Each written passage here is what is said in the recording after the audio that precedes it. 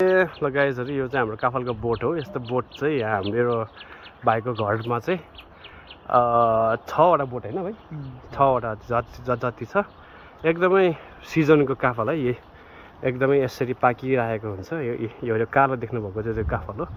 यो कालो कालोहरु चाहिँ एकदमै फ्रेश छ। मैले पातले गर्दा देख्न पाएन। एकदमै हैन त कति राम्रो पेस्ट है।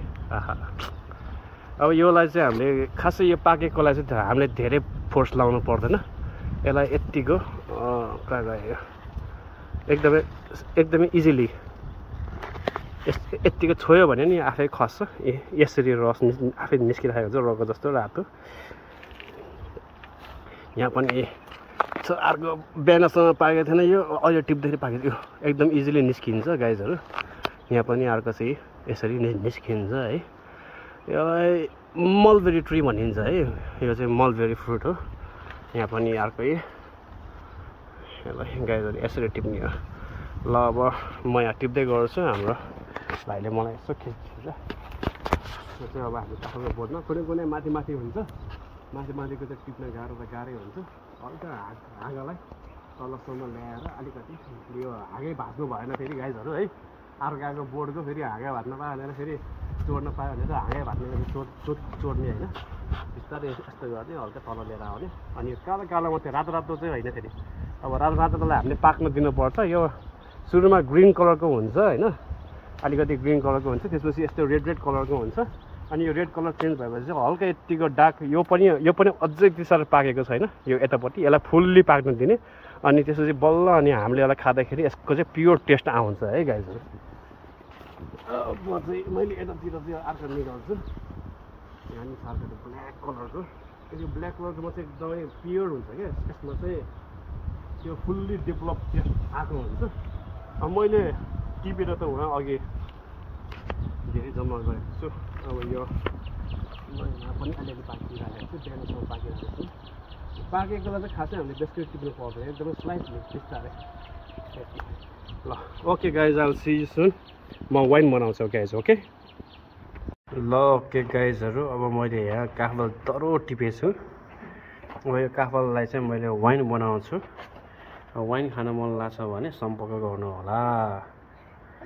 Organic wine, original pure wine, यसलाई भन्छ मलबेरी वाइन है।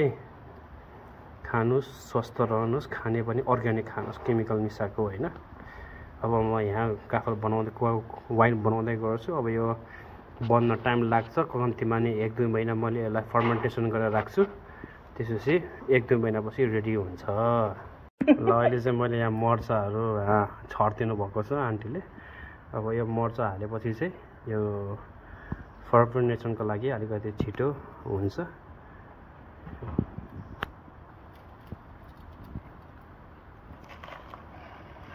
अब यसमा हल्का सुगरहरू एडेड गर्ने। यो चाहिँ टेस्टको लागि हो, मिठो टेस्टको लागि सुगर एडेड गरिदिएको छ।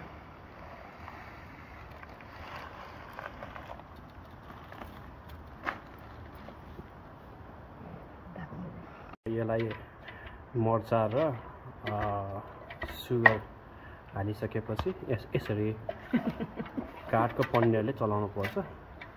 मजाले सबै मिक्स अप गर्नुपर्छ होइन, ताकि सबैमा मजाले टेस्ट पनि जाओस्।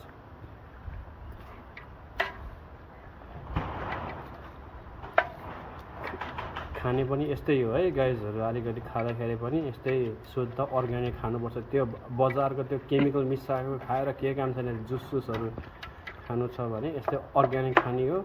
अर्ग्यानिक खान मन लागे कन्ट्याक्ट गर्ने हो। यहाँ किलोको 1000 हो काफल, एकदमै स्वस्थ। अनि तपाईहरुलाई पनि बनाउन मन लाग्छ भने किन्नु होला, बरु घरै बनाएर खान सक्नुहुन्छ। ओरिजिनल वाइन, ओरिजिनल जुस, कस्तो खान मन लाग्छ खानुहोस् है। यहाँ चाहिँ मुनि वाइन जमिरहेको छ। यो हामीले फर्मेन्टेसन गरेको त्यस्तै 2-3 हप्ता जति भयो। यो पनि रेडी हुँदैछ, तर अझ टाइम लाग्छ। अझै हामीले 1 विक या अर्को विक जति कुर्यो भने यो रेडी हुन्छ। एकदम प्योर है यो वाइन चाहिँ। केही पानी सानी केही मिक्स छैन, डाइल्युट केही छैन। एकदमै काफल गिरी कुटुक्क बिरालो भन्छ म्याउ म्याउ। अब त्यो भाँडामा रेडी भएको चाहिँ हामीले यसरी बट्टाभित्र राख्ने हो। यसलाई हामीले बट्टाभित्र एकदम मिठो बास्ना आउँछ काफलको यहाँसम्म। खाने पनि सिजनकै खाने हो है गाइजहरू, अफ सिजनकै खाने होइन। त्यो इन्डियाबाट ल्याएको त्यो काहीँ न कहीँको केमिकल हालेको काफल भन्दा आफ्नै देशको खाने हो, आफ्नै घरको। मजाले खाँदेर यसरी मलबेरी जुस, प्योर जुस, यो मजाले खाँदियो। जुस पनि दामी निस्केछ। यो चाहिँ प्योर वाइन है। अब after some weeks some months यो चाहिँ ओरिजिनल वाइन भन्छ।